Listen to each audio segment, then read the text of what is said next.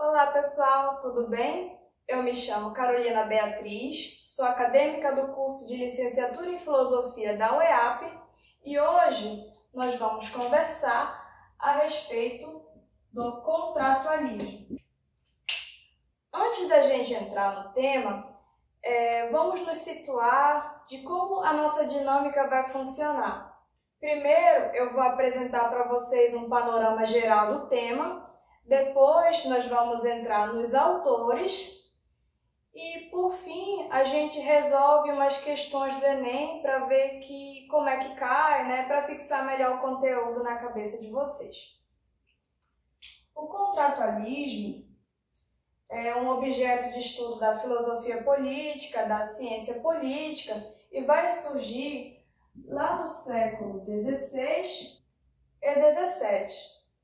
E tem como os três principais teóricos, não são só eles, mas são os três principais: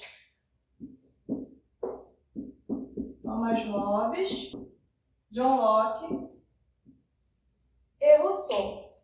Esses três teóricos buscam explicar a origem da sociedade por meio de um contrato social. Por isso que eles são chamados de contratualistas, porque a teoria deles está baseada em um contrato social. Esse contrato social vai marcar o fim do estado natural ou do estado de natureza, tá? Então, cada um desses autores vai ter uma visão e vão explicar a necessidade de um contrato social. Então, cada um deles vai ter uma visão a respeito dessa dualidade aqui, desse contrato social e desse estado natural, ok? Então, antes de eu começar a falar de Hobbes, que vai ser o primeiro autor que a gente vai conversar, eu queria conversar com vocês a respeito do contrato social, né, e fazer um panorama com a nossa sociedade, né, nossa sociedade contemporânea. A ideia de contrato nos remota a ideia de um pacto, né, em um acordo de vontade.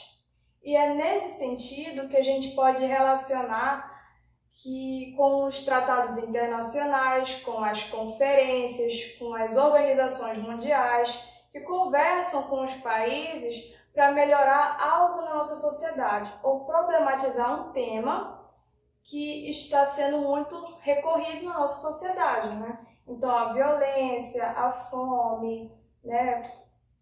Alguns grupos vulneráveis. Então, eles sentam para conversar, para trazer uma solução, né? Essa é mais ou menos a ideia de pacto e de contrato. E agora vamos falar de Hobbes. O Hobbes ele é considerado um dos pais do liberalismo e também um dos fundadores do Estado moderno, né? Ele vai ser um dos primeiros a teorizar o Estado moderno. E também ele é o autor da obra Leviatã e apoia o Estado absolutista, né? A ideia do monarca, o poder divino centralizado nele. Então, o Hobbes ele se encontra em um período de muita tensão, né? Um período de muito conflito, né? Na ascensão da burguesia, como eu falei para vocês, século XVI, XVII.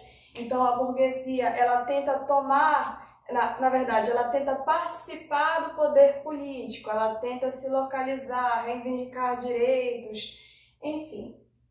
É nessa situação que o Hobbes se encontra. Para a teoria dele, é fundamental a gente abordar a seguinte teoria: a teoria do materialismo mecanicista. Ele vai pegar essa teoria lá de Galileu Galilei, que vai tratar sobre o movimento dos corpos. Ele vai trazer essa ideia de movimento dos corpos para um movimento político. Um movimento político na sociedade. E a partir daí, ele vai tirar a seguinte conclusão: o homem ele é movido pela razão, pela racionalidade e pelas paixões. Aí essas paixões a gente tem o medo, né? O medo é muito importante para a gente entender todo esse contexto, e os desejos. Então, o homem, ele é impulsionado por essa força de vontade, né? Esses impulsos, essas situações, essas demandas que vêm dentro dele. E o Hobbes, ele vai dizer até então que não existe nada que freie esse homem, nada que vai impor um limite. Então, pensem bem, eu aqui, Carol, né, eu tenho meus impulsos, as minhas paixões, eu posso fazer o que eu bem entender na hora que eu quiser, e você aí de casa também, porque nós estamos em um estado de igualdade. Então, para o Hobbes, nesse estado de natureza, nós somos iguais, né? E aí gera o quê? Gera conflito, gera guerra, gera uma situação de extremo conflito, né? Então, é assim que vai surgir o estado de natureza. É assim que é o estado de natureza para o Hobbes, né? É essa guerra constante, né? É a lei do mais forte, digamos assim. A lei do mais forte. Aí, é nesse contexto da lei do mais forte que vai surgir aquela famosa frase que todos nós conhecemos, que o homem é lobo do homem, o homem é lobo do próprio homem, né? Por justamente ser isso, né? Essa ideia de constante guerra, constante vontade, constante conflito. Então, é assim que vai se observar o estado de natureza. Então, aí eu pergunto para vocês, o que seria esse algo ou essa coisa que poderia frear o homem? Poderia impor ao homem uns limites, né? O que poderia frear o homem? Aí eu digo para vocês, o homem ele pode ser freado pela sociedade, né? Por regras, por normas, ou por outro homem, né? Como foi dito um exemplo entre eu e vocês aí de casa. E é por essa razão, por esse estado de guerra, que vai surgir o contrato social, tá bom? Mas, Carol, como é que funciona esse contrato social? De que forma ele é colocado, ele é encaixado? Então, o homem ele vai abdicar de uma parte do seu poder e vai transferir para um poder comum. Esse poder comum vai se materializar, ele vai se dar pela figura do soberano. Esse soberano vai colocar regras, vai colocar normas, vai impor conduta para frear aquela força de vontade, aquele instinto do homem que já foi conversado entre nós, tá bom? Então aqui nós temos a figura do súdito e o soberano. Esse soberano vai garantir a paz, a segurança, porque isso é muito importante. Está aqui o contrato social e, pessoal, esse soberano, ele não vai se submeter às regras e às normas por eles pactuados. Não. Ele vai colocar para o homem essas regras e essas condutas, tá bom? Então, é esse esquema que vocês precisam ter para compreender a ideia de contrato social para o Hobbes, tá bom?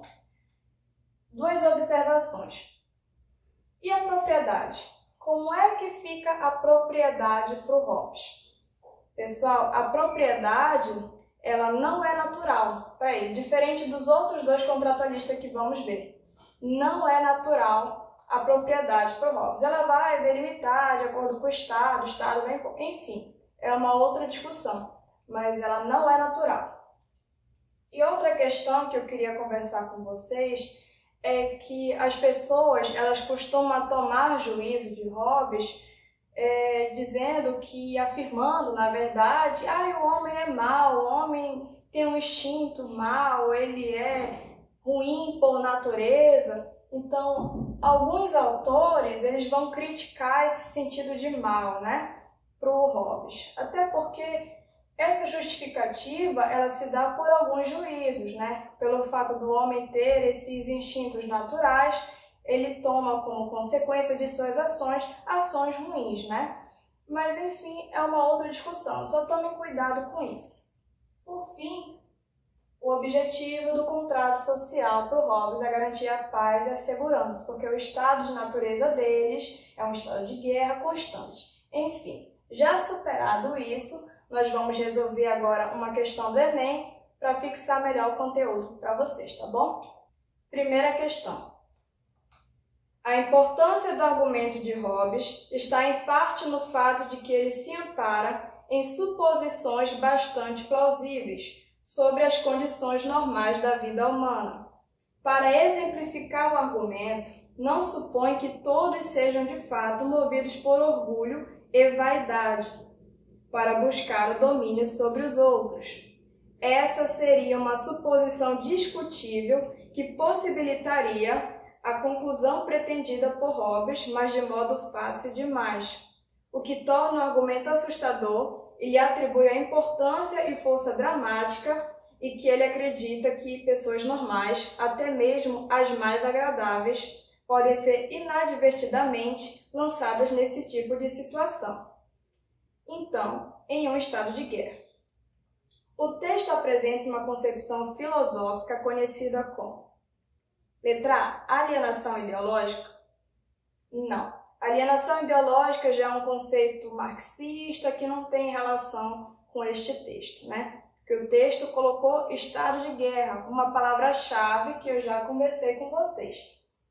Microfísica do poder?